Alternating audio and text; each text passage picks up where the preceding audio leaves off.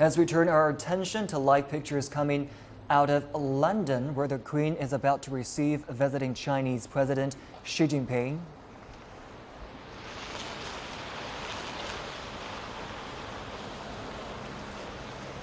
We can see over there that Queen Elizabeth II has been waiting, along with her husband, Prince Philip, of course. Their Chinese president arriving.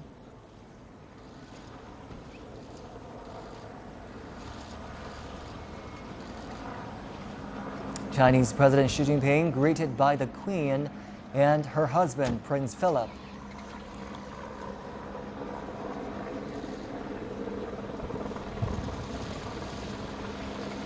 That's President Xi Jinping's wife, Madam Peng Liyuan.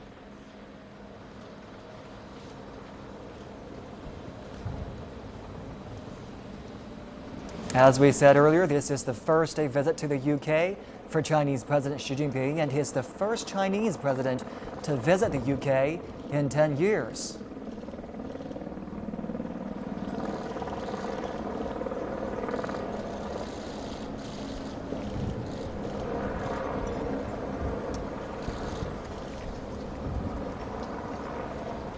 President Xi has got a packed schedule for today. He has got a lot planned to do with Queen Elizabeth II.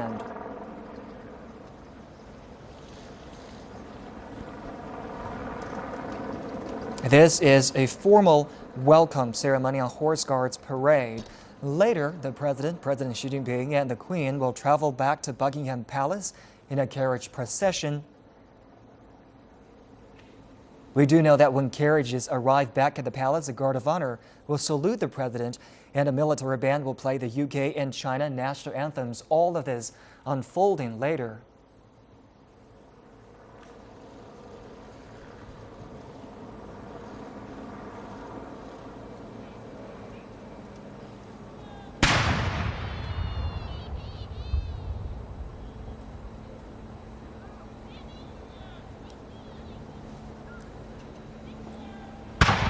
Gun salute being fired in honor of visiting Chinese President Xi Jinping. President Xi Jinping is being received by the Queen at the Royal Pavilion on Horse Guards Parade. Prince Charles and the Duchess of Cornwall have greeted the Chinese president and his wife at the Mandarin Oriental Hotel. Xi Jinping and the Queen will inspect the Guard of Honor before traveling to the Buckingham Palace in a state carriage procession. The flags of the UK and China line the route.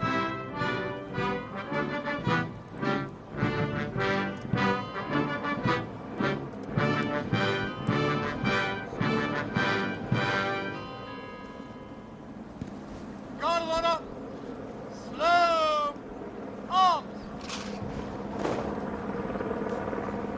Guard of honor, shoulder, arms.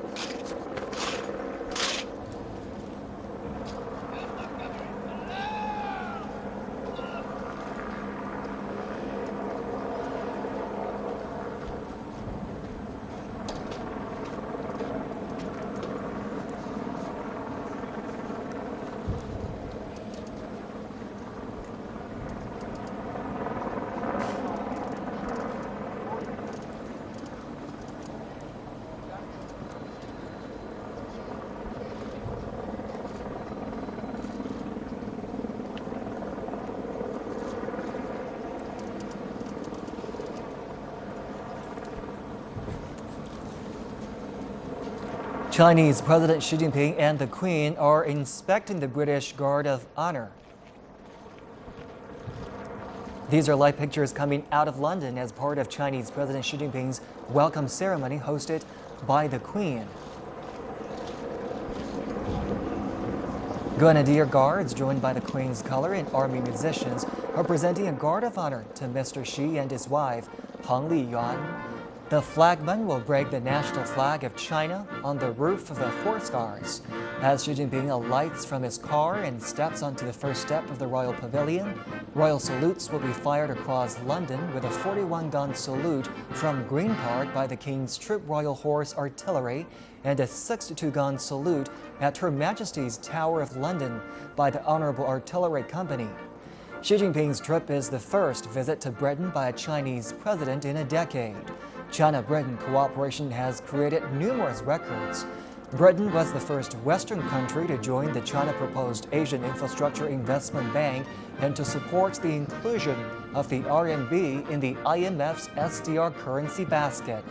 Britain is China's top destination for investment in Europe. Last year, Chinese enterprises launched 112 projects in Britain.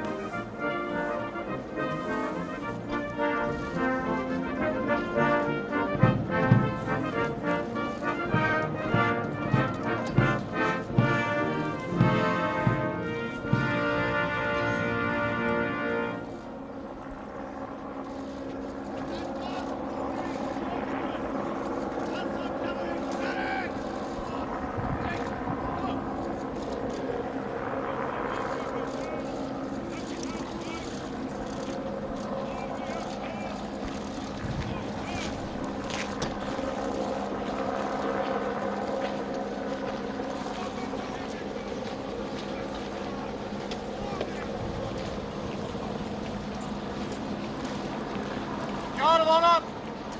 Slow! On!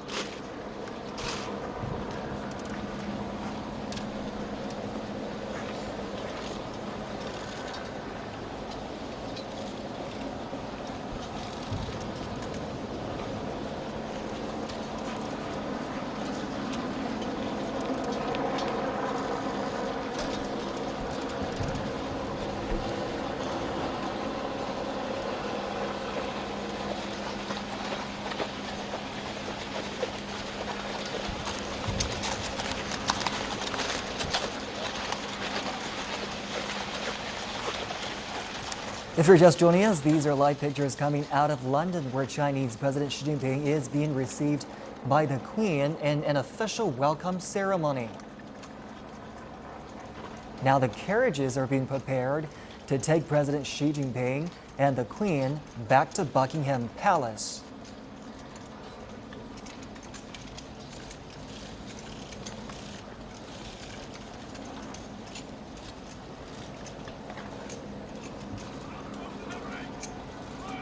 The Queen and Prince Philip will accompany Chinese President Xi Jinping and his wife, Peng Liyuan, in a state carriage procession back to Buckingham Palace. The Guard of Honor will give a royal salute and the color will be lowered as the carriage is ready to depart.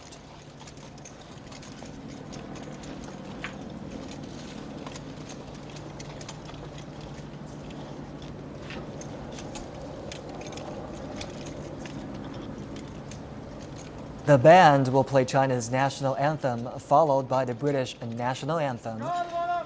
After arriving at Buckingham Palace, she will have lunch with the Queen and view items from the royal collection in the palace's picture gallery. Buckingham Palace has served as the official London residence of Britain's sovereigns since 1837. It's the center of the monarchy and the Queen's home. The palace has 775 rooms and is furnished and decorated with priceless works of art that form part of the royal collection, one of the major art collections in the world today. Of course, as we said earlier, the Queen will show President Xi Jinping some items from that collection, mostly Chinese-related items that may include books, artifacts.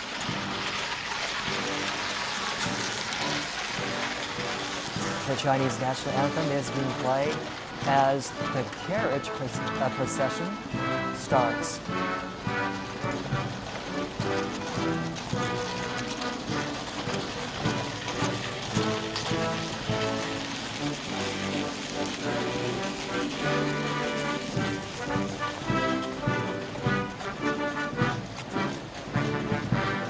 carriage procession follows a ceremonial welcome at the Royal Pavilion on Horse Guards Parade.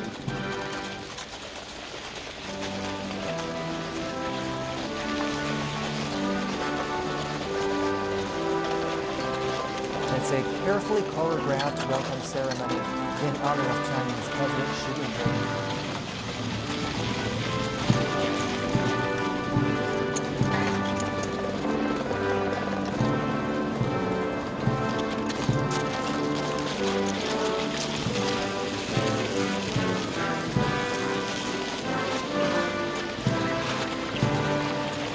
This is the morning part of President Xi Jinping's first day with the Queen.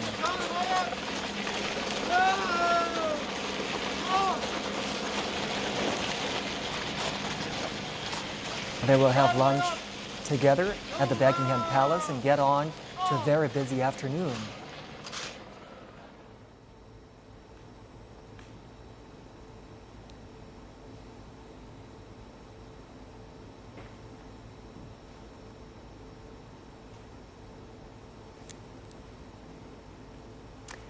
When they do arrive back at the Buckingham Palace, the Queen will host a private lunch for the President in the palace. They will be joined by members of the royal family and the British and Chinese official delegation. And after luncheon, the Queen and the President will exchange gifts privately, a symbol of goodwill between the two countries. After that, the Queen will invite the President to view a special exhibition of Chinese-related items from the royal collection. They often include books, drawings, and works of art.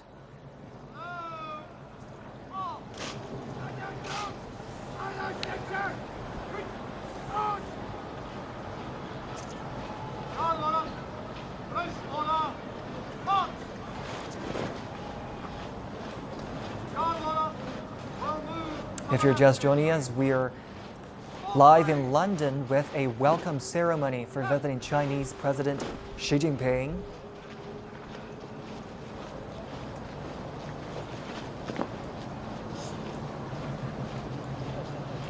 An official welcome ceremony is being held for visiting Chinese President. He has just met with Queen Elizabeth II. They are now on their way back to Buckingham Palace in a carriage procession.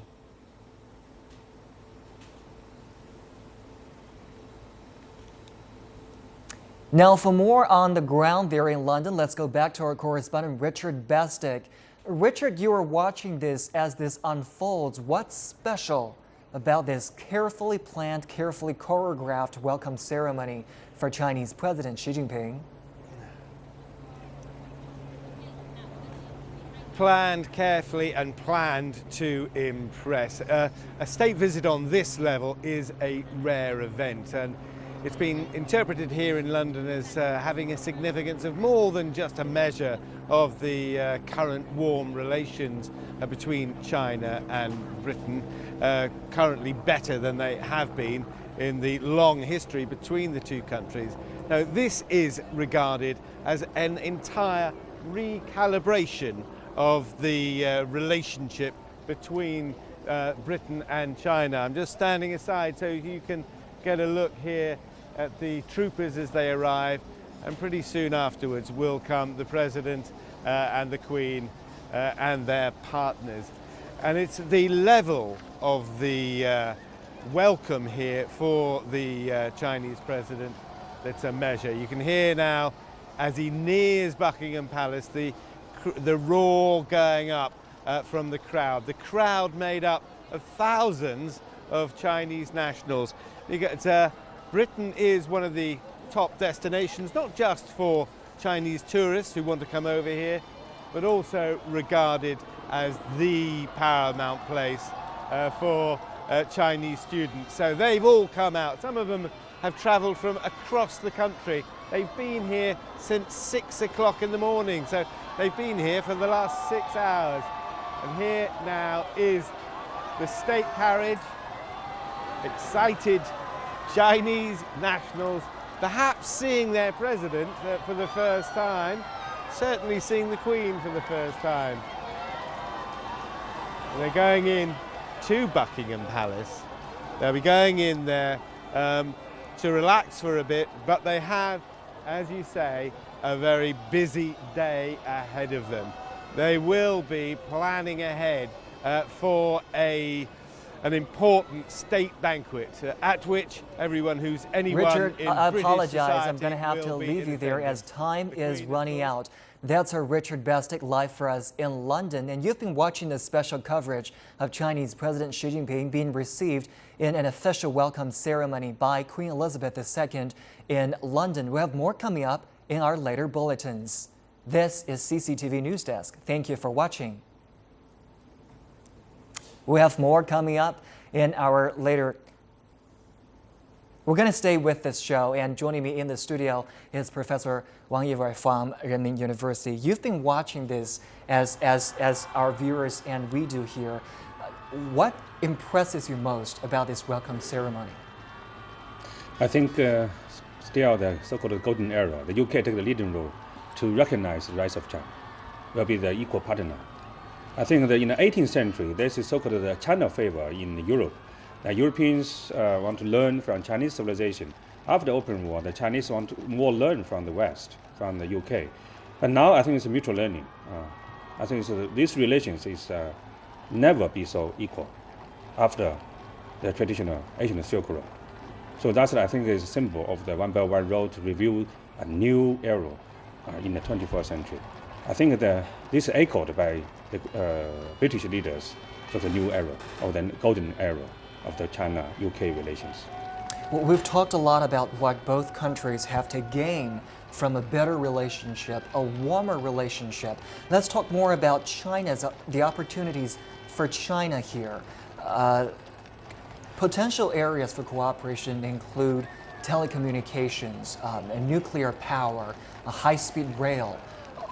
Talk to us about some of these areas for China and how China can benefit from an ever-growing, ever-stronger relationship with the UK.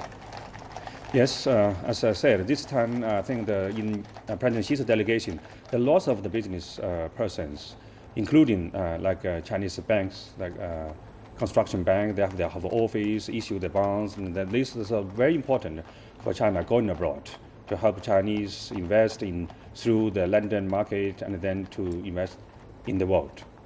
I think many Chinese study in the UK want to learn from the British style of the governance and history. Now I think it's more than 150,000 students studied in the UK. That is a huge, and of course more and more British students and then study in China. So that means many things. I think it's a model to share to other countries. Well, the UK, Britain is of course a leading country, a strong economic power in the European Union and in all of Europe, of course. I want to get your opinion on what the relationship between China and EU, what kind of influence can that relationship have on the relationship between China and other EU countries with the European Union as a whole? Well, this month, I think with the European month, after this visit, I think the German Chancellor Angela Merkel is visiting China. Probably also French President Hollande also visiting China to prepare for the Paris Climate Change Summit. So I think it's very important that the Chinese diplomatic focus more and more focus on cooperations with Europe, not just eyes on the traditional with the United States or Japan. Why? Because I think, as I said, the Chinese economy growth model is changing, and also with the so-called Belt and Road, the Euro-Asian continent is more and more important to connect each other, and also to explore the third-party market. We also need more cooperation with Britain and France and other European countries. Do you think that other European countries, to some extent, follow Britain when it comes to a relationship with China? Because we've talked about how Britain first responded to the China proposed Asia Infrastructure Investment Bank, then other European countries, Western countries followed. Do you think in other areas of cooperation, in other areas of bilateral relationship, European countries also look on Britain's attitude towards China before they act? Of course, there's the competition. For instance, there are four European capitals of the finance want to be the overseas R&D center, like Sweden and even Frankfurt and Paris also apply want to be the next one after London. I think this is a competition, division of labor. At the same time, of course, we cannot too much highlights of this kind of leading role. Seems the UK want to divorce with the EU, so some other European continental powers maybe either have some other saying about these special relations. And for the United States, I think it can learn some lesson from this because that's the former empire, and then transferred from the Great Britain to the United States, and the hegemony transferred. And so if UK take the leading role to recognize the rights of China, why not the United States? And so pragmatically and historically, globally, views of the rights of China has a very important signal sent to other countries, particularly to the United States. Professor Wang, thank you very much for your insights. We are covering the President Xi Jinping's state visit to the UK. He and the Queen have just met at an official welcome ceremony.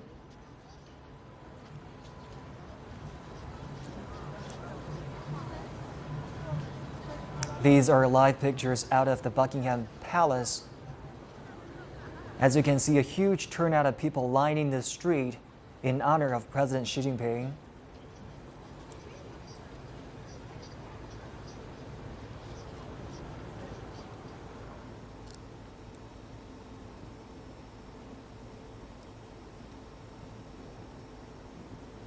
Well, Professor Wang, President Xi Jinping certainly has a busy schedule, not just for today, but for the remainder of his trip here. He will meet with Prime Minister David Cameron. He will go to a football club, and he has, Manchester. Of course, he has a lot planned for his trip here.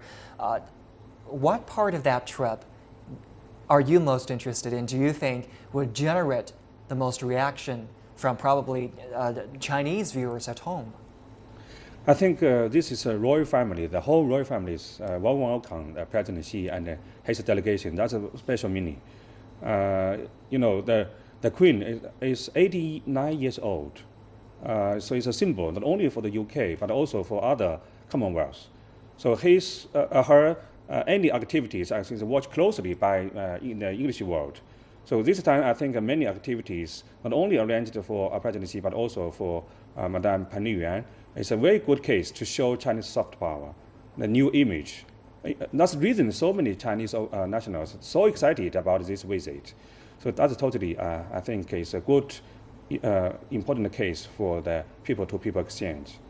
And this state visit is certainly not just political, economic, and also about cultural exchange as well. We do know that China is trying to give a boost to its football sector and build more football schools, something that the UK is very strong in. We'll get back to that point later in our program. Now let's go back to our correspondent Richard Bestick in London. Richard, what's happening on the street there? What can you tell us?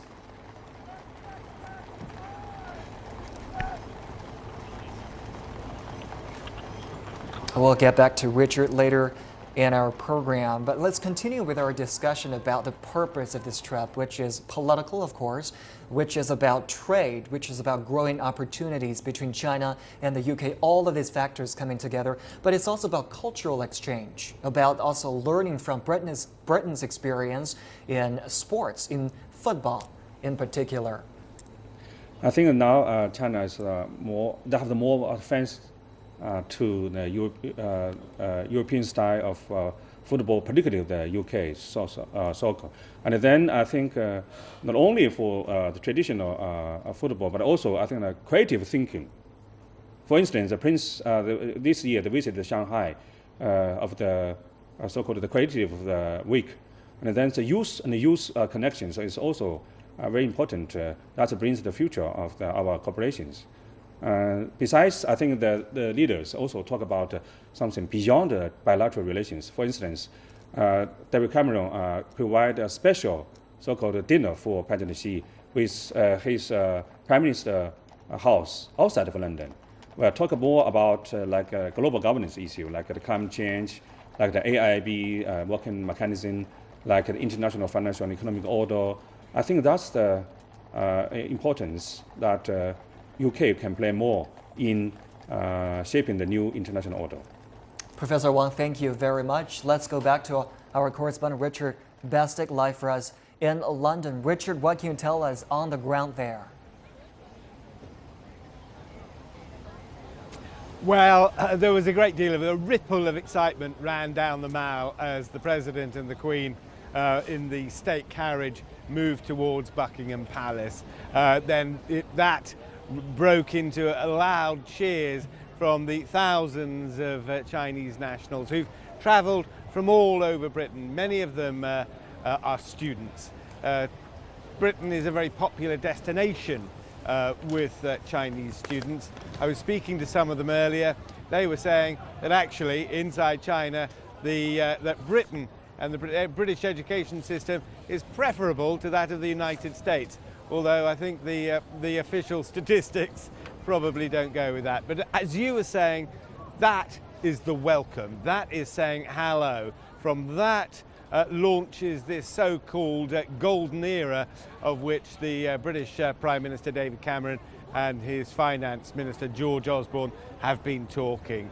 And it's all based. That's the red flags, the red carpet out of the way, apart from later on when we'll have a state banquet attended by 3 generations of the royal family and of course the Prime Minister and guest of honour, the President and the First Lady. Then the rest of the week, it's down to business. It's down to signing those deals and showing the tangible trade and financial impact of this recalibrated relationship between Britain and China. Richard, I want to take you up on the state banquet you mentioned earlier, which is the centerpiece of today's schedule with President Xi. What more can you tell us about the state banquet? Well, it'll be attended by an array of political celebrities, but also stars of the sporting world and the theatre world. They will reflect the growing cultural exchanges between Britain and China, the sharing of museum artefacts, the putting on of shows for British theatre travelling to China, Chinese theatre and Chinese opera coming to Britain. So they will reflect that at the banquet, where they will have an enjoyable meal. We're told that the President, Xi, has brought his own water supply. He brings his own water supply, and the only thing he didn't like on the menu apparently was fish. Other than that, it should be a very enjoyable time for all. Very formal, very white tie, and attended by just about anyone who's anyone in Britain. Our Richard Bestick, live for us in London. Richard, thank you very much. We're covering President Xi Jinping's state visit to the UK. He has just met with the Queen, and he has a very busy day ahead of him. The Queen and President Xi Jinping will have a private lunch in the Buckingham Palace. They will also be joined by members of the royal family and the British and Chinese official delegation. We're also joined here in the studio by Professor Wang from Renmin University. He has been watching this welcome ceremony with us, and we've been discussing a lot of the issues on President Xi Jinping's trip, about the focus of his trip, about potential areas for cooperation, about possible deals that could be reached this time around.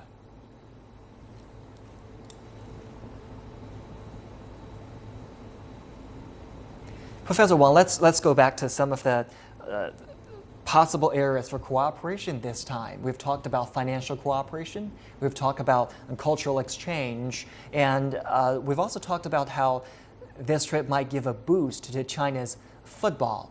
Among these areas of cooperation, let's delve in a little bit into the financial areas here. This will give a boost to the financial cooperation already in place between China and the UK, of course. We've talked about RMB internationalization. We've talked about how China and Britain can both benefit from the AIIB and One Belt, One Road initiative. Just give us a general overview of some of these opportunities laid out this time. Well, besides this, I think the high technologies is also the key of this visit. UK has privileges in many things like the engines of the aircraft, and also some new materials, which China is more eyes on to this. And then for other countries like the United States, is for national security consideration. They are not cooperated so much with China. So UK, I think, is more open to China in this regard. I think it's very important to improve Chinese technology and particularly renovation. I think besides this, I think there's many others. Professor Wang, I'm sorry to interrupt, but we don't have enough time. We're going to have to leave you there. Professor Wang from Birmingham University, thank you very much. This is special coverage of President Xi's state visit to the UK.